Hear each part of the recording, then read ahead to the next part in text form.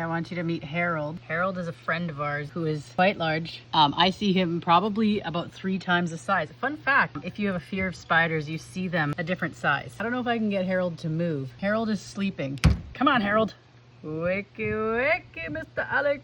Anyway, Harold is gigantic and has a name because none of us wish to kill him and find out how disgusting that would be. I have acquired a long stick to be poking at Harold.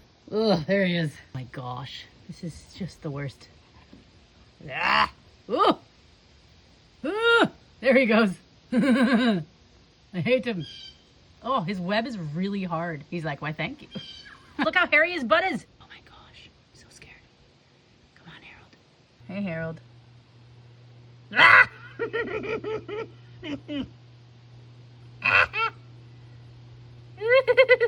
He's a big spider. Ooh. You know what he's thinking? He's like, she's a very big person. Hi, Harold. Just let me sleep. Let me sleep. So here's the thing. If I was in a private conversation with you away from Spider Harold, I would tell you that his body was the size of a toonie. Here's a toonie. It's a Canadian coin. It's a $2 Canadian coin, roughly this big. Maybe if I was being realistic, I would say, okay, maybe just a loonie, which is our $1 coin right there. Loonie. So if I put those beside each other, toonie and our loonie for comparison, here's a quarter, a nickel, dime. I would say our spider friend Harold is about the size of a toonie. Let's see. Here's Harold. Harold's bottom. Here's a toonie. So this is a scientific thing that if you're afraid of spiders, you see them bigger than they actually are. And sometimes that distorted thought can mess with your head. So let's try a loonie. Harold's hairy bottom is not nearly the size of a loonie. Skip the quarter and go straight to the nickel.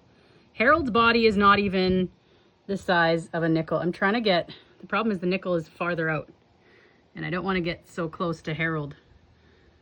Right? He's not even the size of a nickel. Let's try a dime. Here we go. If I were to actually get in there, which I'm being so brave right now, Harold's body is smaller than the size of a dime. I'm gonna have to go get a relic. Let's see if I have an antique in my change container. Do I have a pen? I do! I don't know if pennies are any, no, they're not any smaller than a dime. Now that we're doing these size comparisons, let's try pumpkin seed. Pepitas. Okay, I can already tell you he's not gonna be nearly as big as a walnut, but let's try this anyway. Behold Harold's hairy butt. Look how big my walnut is. Oh my word. He's just not that big. He's just not a big problem. Behold! Harold's butt is really the size of a pumpkin seed. That's just not that big. That's not that big. So what I just did there is actually cognitive behavioral therapy. That's what I did. We have cognitive distortions in our heads. We have things that we think are real that really aren't. There are things that we have distorted, we have stretched, we have enlarged, we have shrunk, and we've decided that that is reality.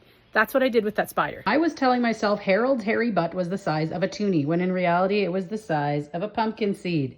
So here's where Harold and I skip to the good part. I added a grain to my lunch and I know my weight's gone up.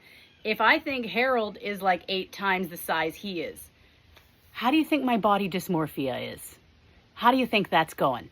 So I look at this and to you it probably looks just about the same. Maybe my abs are a little less visible. Here's what I see. Thighs that are rubbing together. I see this hanging over my pants, which may not be a big deal, but to my cognitive distortion, it looks pretty big. Remember, I've had my skin removal surgery. I know that this is not loose skin. Body dysmorphia is a real thing and it doesn't always go away. Body dysmorphia is a cognitive distortion. And sometimes we need to sit and actually measure and figure out the difference. That is why, even though I'm in maintenance and have been for 3.5 years, I still use a body scale. I still sometimes pull out the tape measure to actually see the difference. It's why I still use the same clothes and actually use those things as a measurement instead of my eyes. My eyeballs are not honest. They're not honest with my food portions. They're not honest in how they assess my body. They're not honest in how they're assessing Harold's hairy butt. If I can't even assess Harold's hairy butt accurately, how am I going to assess this accurately when I have so much inner complex trauma going on around how this got to be the way it was? If you are struggling with your body image right now within your Bright Line Eating program, I'm going to challenge you to look up some cognitive behavioral therapy exercises and try them out. Find some journaling prompts. Do this self-led. I'm not going to tell you exactly what to do or what to find, but trust me, there's help out there. We can do this. We can change our stinking thinking.